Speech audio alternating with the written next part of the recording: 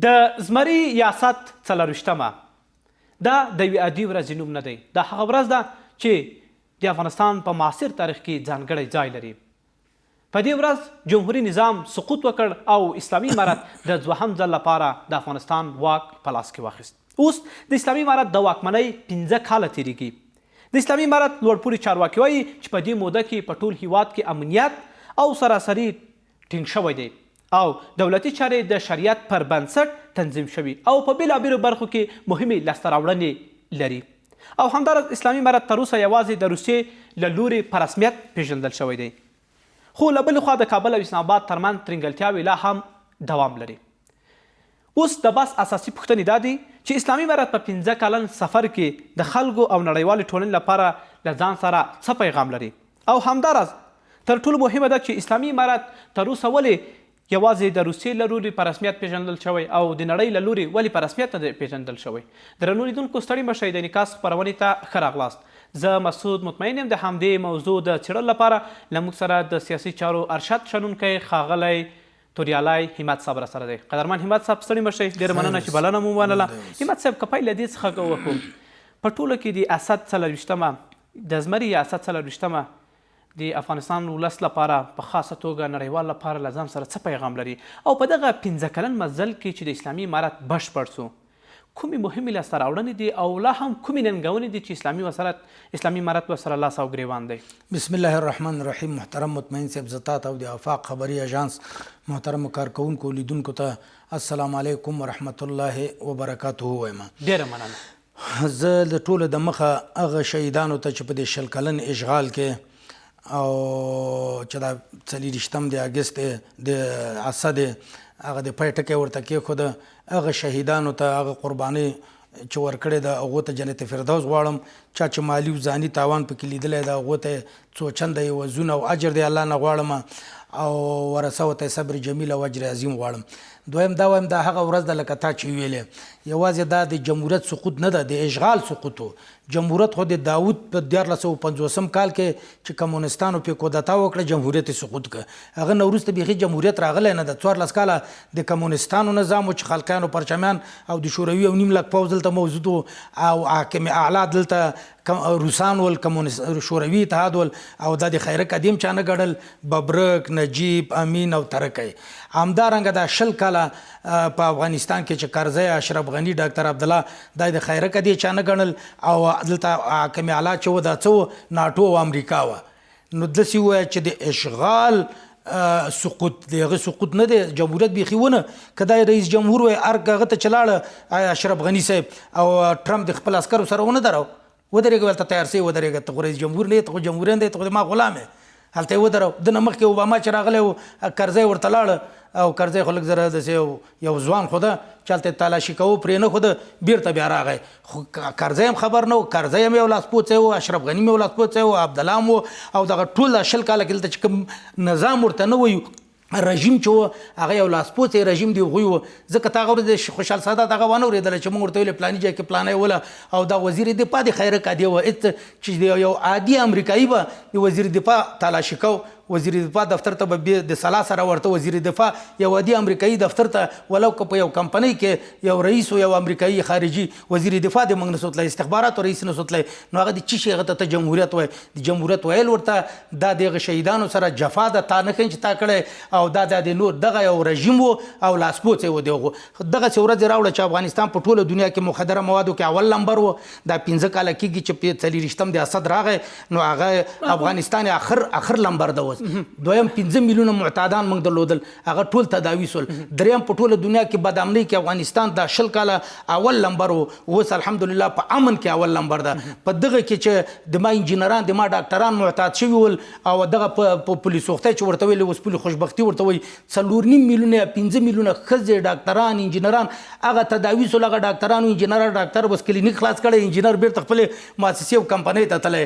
او خپل کار کوي. نو دغه د خوشحالۍ ورځې دي. هلته د ما مور جړېده، د ما خور جړېده، د افغان ورور جړېده، پلار جړېده، زوی ورته مخکې واژه باګرام ډک و، د زندان د باګرام د پلچرخي زندان ډک و، 4 ولایته ډک و، ګونتانامو یې ډکه کړې وه. دغه ورځ کې د پای ټکی کېښوده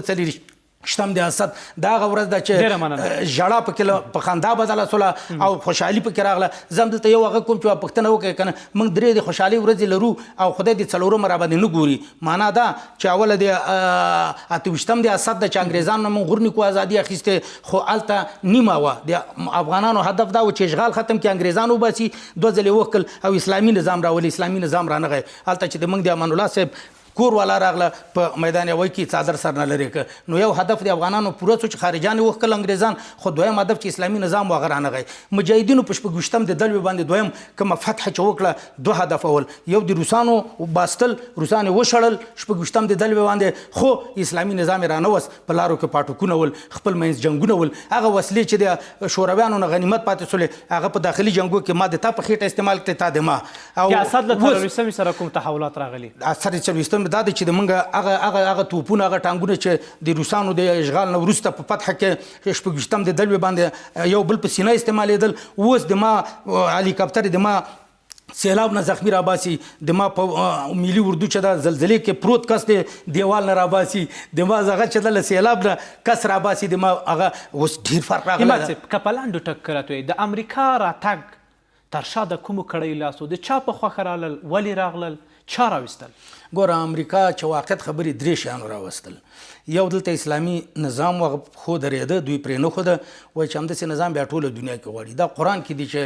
د یو حزب الله د یو حزب الشیطان نو حزب الشیطان ځینې منافقین هم ورسره ملګري سول یو حشر په افغانستان وکړه دا یوازې دا نه و په رسول الله سلام هم دغسې حشر کړی و رسول الله سلام هم څو کاله دوی محاصره کې په مکه مکرمه کې نه چا شی پې خرڅول نه چا شی پې اخیستل لکه اوس چې موږ په رسمیت نه پېژني دنیا را سره دغسې کړي دي تا هم ویلي چې روسیې په رسمیت پېژندلی روسیې چې پېژندلی ده خو موږ 50 ملکو کې هغه لرو ډیپلوماتان لرو د هغوی ډیپلوماتان موږ سره دي پوښتنه همت صاحب موږ یوازې روسیې لکه تاسو چې اشاره ورته وکړئ یوازې روسیې اسلامي امارت په رسمیت پېژندلی نړیوالو ته اوس سره اسلامي امارت په رسمیت نه دی پېژندلی په داسې حال کې چې اسلامي امارت وایي چې موږ له 15 زیاتو هیوادو سره ډیپلوماټیکې اړیکې لرو زموږ سفارتونه هلته دي دغه هیوادونه تر اوسه داسې نه دي چې شوي چې په علني توګه اسلامي امارت په رسمیت وپېژني نه اصل لامل څه دی چې نه پېژني د دغو تر شا اصل غوټه د دغې رسمیت پېژندنې چیرته ده او د دې تر څنګ آیا د اسلامي امارت په اوسنۍ ډیپلوماسۍ کې ستونزه ده که د نړیوالو کې ستونزه ده نړیوالو کې ستونزه ده هغه دا چې په خالي لاس اسلامي امارت دغه نه څه وکړي چې امنیت یې راوستی ده په خالي لاس 500 هیوادو کې ډیپلوماتان لري په خالي لاس یې دغه شاړې ځمکې بیرته آباد کړي په خالي لاس یې 40 میلیونه 4.5 میلیونه مهاجر چې د ایران او پاکستان نه راغله هغه یو حد پورې ځای په ځای کړه کوم هغه چې خو هغه نه ځکه مشکلات لري اسلامي امارت خو د دې ټولو سره امن په ټول افغانستان کې راوستی مخدره مواد د 100% نه 0 ته راکوز کړل پخوا په دنیا کې اول نمبر و په مخدره تولید کې اوس آخر نمبر ده دا اوس دنیا وایي چې دغه خو اسلام نیکنامه کیږي اوس چې په ټوله دنیا کې یو نمونه اسلامي حکومت نشته د نه پرته بیا هم په زرګونو خلک ته ویني چې مسلمانېږي یوازې یو عالم ذاکر نایک د 2 لکه کسانو نه زیات مسلمان کړي دي دا چې بدل یو نمونه عملی نظام هم دلته وي چې اسلام خلک عمل کې ویني دا خو کتابو کې ګوري چې عمل کې نه ویني پریکټیکلی ویني بیا خو به ټول خلک مسلمانېږي بیا خو به د امریکا بدماشي په دنیا کې بیا ختمیږي بیا خو دا ګاونډي هیوادو 50 اسلامي ملکو کې چې څه دیکتاتور حکومتونه دي څه د یو خاندان حکومتونه دي دا خو بیا ختمیږي بیا ټول خلک همدغسې نظام غواړي همت صاحب ملګرو ملتونو په خپل تازه راپور کې یو ځل بیا تازه ویلي دي چې په افغانستان کې که څه هم د اسلامي امارت له واکمنۍ سره په ټول هیواد کې امنیت راغلی خو بیا هم ترهګرې ډلې شتون لري اندېښنه یې څرګنده کړې په داسې حال کې چې اسلامي امارت بیا وایي چې په پاکستان کې د دغو ډلو پټن ځایونه دي دوی په وارو باندې د دوی ځایونه په نښه کړي دي ملګري ملتونه دغه ډول اندېښنې زه ملګري ملتونو ته دا وایم چې د هغه نه ټرمپ نه مخکې کوم رئیس جمهور د امریکې هغه ونه ویل چې افغانستان کې 23 ډلې وې ترهګرې اوس یو هم نشته زلمي خلیلزاد ویل چې موږ ویل دا طالبان څه دا خو سپینې کونترې دي او د دې ولس نمایندګان دي اوس موږ د زلمي خلیلزاد او د هغه ومنو د رئیس جمهور د ټرمپ نه مخکې چې څه نوم یې د نوم رانه یادوته د امریکې رئیس جمهور بایډن دا ونه ویل چې دوه خبرې وکړي چې افغانستان د ابرقدرتونو د متجاوزونو ګورستان د قبرستان د دوی ویل چې 23 ډلې وې تروریستي اوس یو هم نشته درې ویل چې مخدره مواد 0 ته راغلي دي څلورم دا ویل چې واقعیت خبرې چې اسلامي امارت د هیچا کورنۍ چارو کې مداخله نه کوي د صفا ویل چین حتی ته چین پورې د امریکای سره 900 میلیارډ ډالر یا 1000 میلیارډ ډالر کلنۍ تجارت ده. هغه لیونی ده چې ما په علنا په رسمیت وپېژني. نور سفیر دې ما منلی، خپل سفیر هم دلته ده. خو دغسې ټول ملکونه یا غلامان دي یا ورسره ما سره 15 میلیارډ کال کې چین تجارت لري. روسیه له امریکا څخه ویره لري؟ که ویرې درلوده هغه هم په رسمیت نه پېژنده، نه یوازې یو روسیه ده چې نر ورته وایم. زه همدلته په ایران باندې غږ کوم چې ایران تاسو سره خو جنګ هم ده، تاسو سره خو امریکې هغسې بمبار هم کړلې، هر څه هم کړلې، ته خو یې په رسمیت وپېژنه. ځکه یې رسمیت پېژندلې کوم شرایط چې د جغرافیه ده، ولس ده، موږ 40 میلیونه نفوس لرو، جغرافیه لرو، افغانستان نوم د حکومت لرو، حاکمیت لرو، امنیت لرو. دا 15 چین ما ورته ویل 1000 میلیارډ ډالر د امریکې سره تجارت لري سالانه. هغه لیونی ده چې د خپل تجارت په اوبو باندې په داسې حال کې له اسلامي امارت سره بیا دوی ښې اړیکې غواړي، مثلا وایي چې موږ دلته وایي پانګونه بالکل ټوله دنیا غواړي چې اسلامي امارت نه پوهېږي چې اسلامي امارت موږ ته په ګټه ده د موږ ښې اړیکې، خو د امریکې نه ډارېږي. امریکې نه ډارېږي ټوله دنیا چې نن امریکا اسلامي امارت په رسمیت وپېژني، ورځو کې نه ساعتونو کې به دا 200 ملکونه ټول په رسمیت په وروستۍ کې د په لنډ ټکه پیغام راته وایي د اسد 40 په تړه ولس ته څه ډاډ ورکوي؟ ولس ته مې دا ده چې موږ مخکې چې انګریزانو نه هغه روسانو نه واخیستله، بیا هغه سلاوې په تور بازار کې موږ خرڅې کړې. اوس چې فرق دا ده چې موږ اوس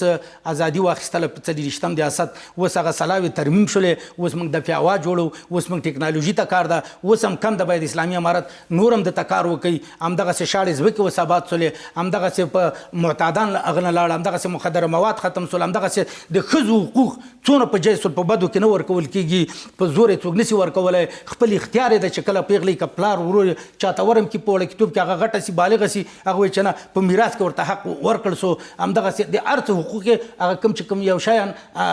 کوم کاستي او هغه کمۍ لرو هغه دې هم خدای پوره کړي، هغه هم پوره کېږي. هغه ته اسلامي امارت سیاست او پالیسي دا نه ده چې اسلامي چې افغانانو ته نقصان ورسوي. سیاست او پالیسي دا ده چې افغانان په پښو ودرېږي، په ټکنالوژۍ کې، په اقتصاد کې، په امنیت کې، په ټوله دنیا کې سیال نشي، د سیالانو نه مخکې سي. دا سیاست او پالیسي ده. کوم ځای کې به شخصي انداز کې توریالی همت او بل به غلطۍ تی کېږي، خو د اسلامي امارت پالیسي دا نه ده چې غلطۍ تاوان اسلامي ولس ته وي، ولس ته ګټه اراده ده. موږ پرون د